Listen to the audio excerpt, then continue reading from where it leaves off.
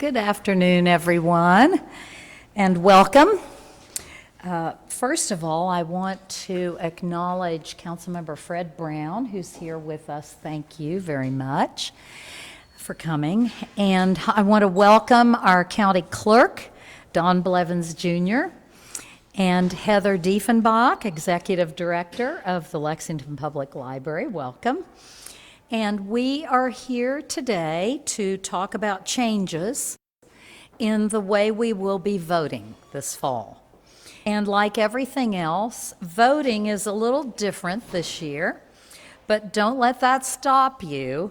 Make your plans to vote and vote early if you can. The clerk's office, the city, and the library are working as partners to make it easy and convenient to vote. We're going to provide some details today on the 3 ways to vote this fall. Those 3 options are in person before Election Day from October 13th to November 2nd, in person on Election Day, or by absentee ballot. And you can return your absentee ballot by mail or put it in a bright blue ballot drop box like this one, easily recognizable. All voters are eligible to vote by absentee ballot this year. They're easy to obtain, but voters must apply by October 9th at govoteky.com. And I applied for mine about 3 weeks ago, as soon as it opened up. So now let's hear from our county clerk, Don Blevins Jr., and among other things, Don is in charge of elections here in Fayette County. So welcome, Don.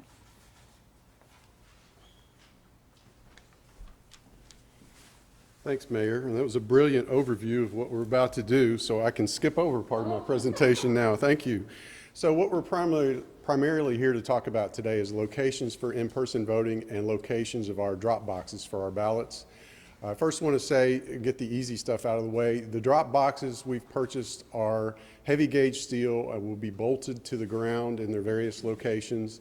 They are designed for this exact process and have been used by many other states many times. So I'm very confident in their ability to handle the job. We'll have them located under surveillance as well, so we'll be secure.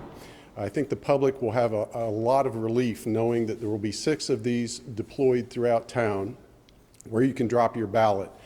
I know there's a lot of concern about the post office being able to handle the capacity that we're about to throw at them. So anything we can do to help the post office also helps us, and it gives you the confidence that your ballot will arrive on time. So stay tuned on that for a moment. Let's talk about locations. This is going to be extremely difficult for Fayette County. We are entering this election at an extremely unlucky time for us. Why? Well, there's some obvious locations that we would like to use for a super center, a big voting center where anyone can vote. Well, the obvious one is Civic Center, under construction, rats. So we go to our distant second choice, which for the primary was the football field. No can do. They're going to have SEC football this fall, so we will be kicked out of the, not kicked out, we just it won't be available to us at the stadium. Under normal elections, we like to use schools and we like to use churches. The schools are not making a decision about in-person learning until September the 28th, as was reported in the last few days. That's way too late for us from a planning perspective. Further, I'm not sure it's a good idea to mix voters and kids, so we would have to shut down the schools. To do so, therefore, the schools are out. Churches. Normally, churches are a very big help to us. In this particular election, we cannot use them. And the reason is security. The public must rest assured 100% that the ballots and the voting machines are 100% protected, and that includes weeknights and weekends for this particular cycle. So what I've done is basically reduced our number of available locations from lots to very few. That's why we needed partners. So I reached out to the library. I've reached out to 2 other entities that I'll talk about in a moment, but I want to pause and give our executive director a chance to talk about this situation from the perspective of the library. So I'll turn it over to Heather for a moment. Thank you. One of Lexington Public Library's core values is supporting our democracy, and civic engagement was one of my goals for my first year as executive director. We believe in an informed and engaged citizenship and have long served as a polling location in previous election cycles. This year's election poses many new challenges as we work to ensure that everyone has access to free, fair, and most importantly, safe election locations. To that end, I am pleased to share that the Lexington Public Library's Board of Trustees unanimously voted to allow our Beaumont, Tates Creek, and Northside branches to share as polling locations for the extended early voting from October 13th through Election Day on November 3rd. I want to commend the library staff for their work to accommodate voting while maintaining library services for our customers. Our team is dedicated to our community, and I am proud that we will be able to help all members of this community to exercise their right to free and fair elections in this important year for our democracy. Thank you.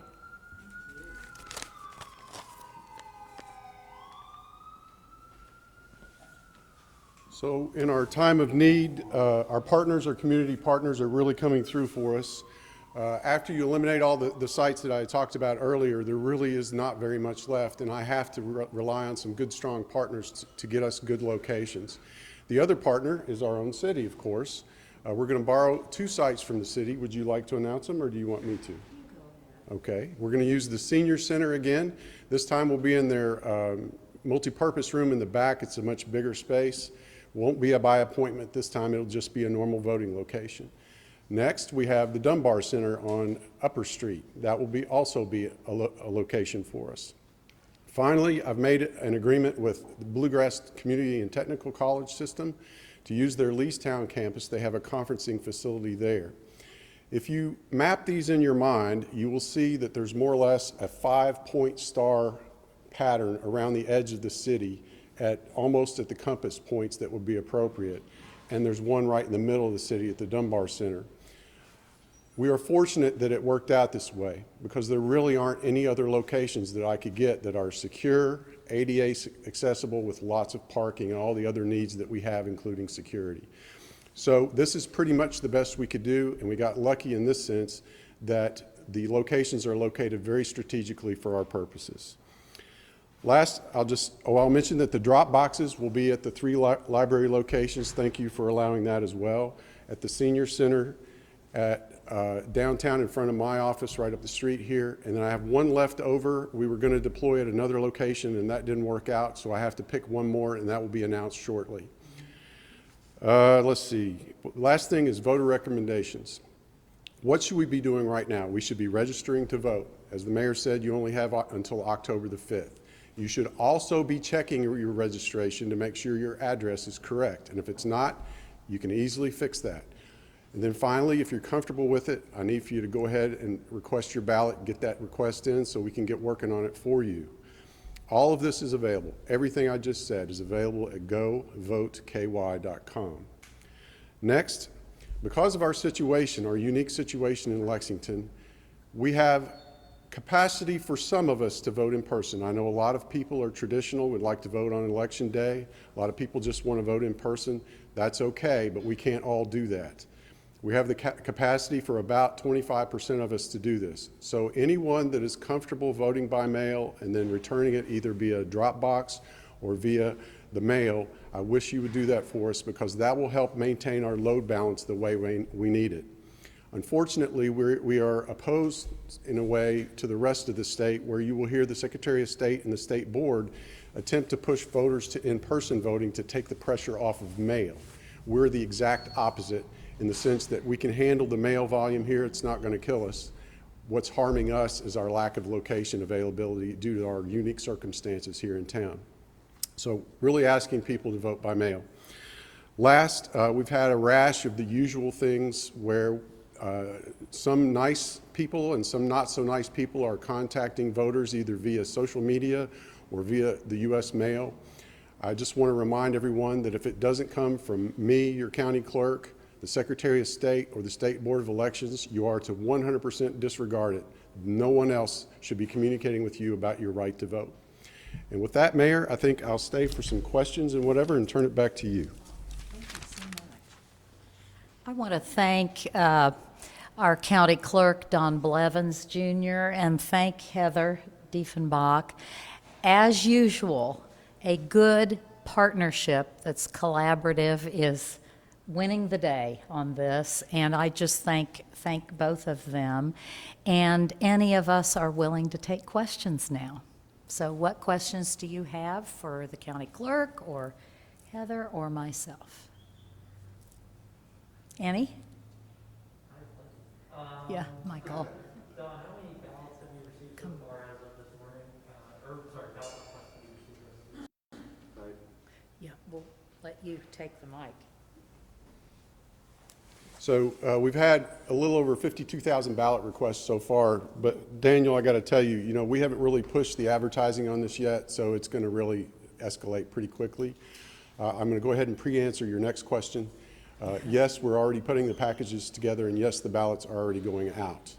Yesterday was kind of our get our sea legs day. Today we're hitting it hard, and tomorrow we're going to hit it hard and try to get down the backlog. So there have been ballots put into the mail as of Yeah. We will be the first in the state, by the way, by a fluke. It so happens we produce our own ballot labels here.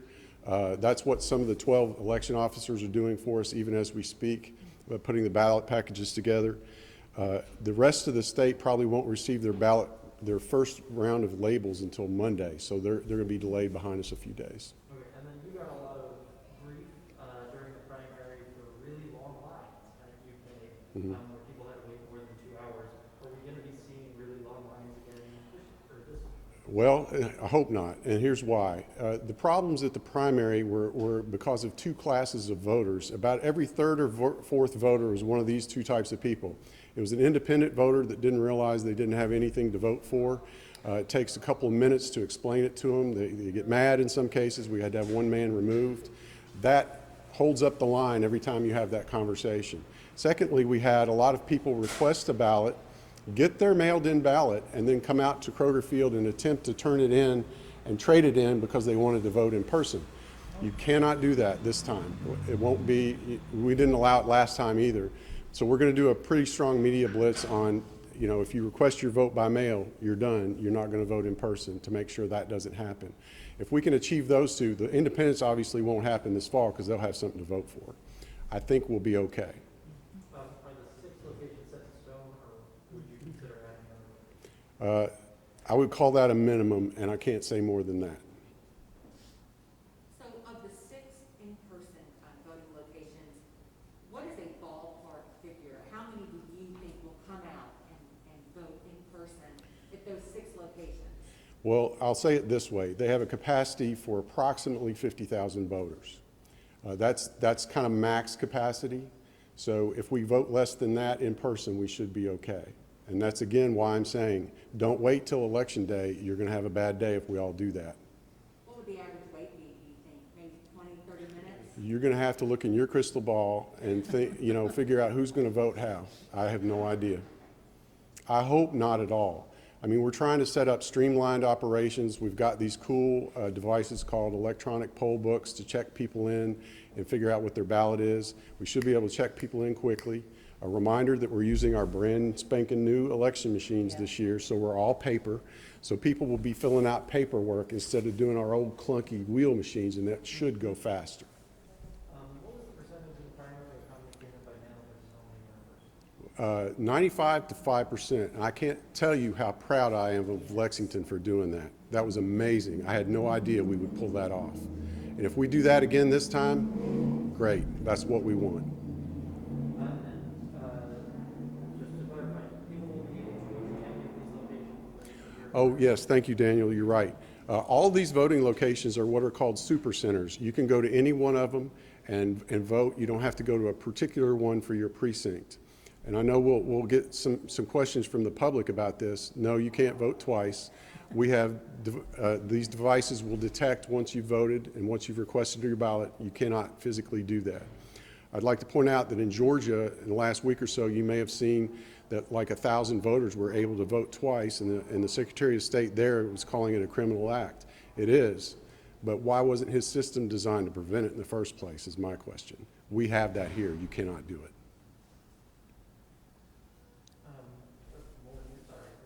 She's got one. And what times can the public go vote at the library? Great question. Monday through Friday, this is true for all locations. Monday through Friday, you'll be able to vote from 8:30 to 4 p.m. On Saturdays, we're going to open those hours as well, 9 to 1 on Saturdays. That is true for all the weeks from October 13th to the day before Election Day. And then, of course, on Election Day, we do 6 a.m. to 6 p.m. We will have folks stationed at the drop boxes on Election Day at 6 p.m. It'll look just like a poll. So the last, right at 6 o'clock, the door's locked, and whatever's in that box is what we count. Daniel, you had another one? How many voting locations do you normally have? We normally have, now this is for a one-day, Election Day kind of thing. We normally have somewhere between 145 and 150. You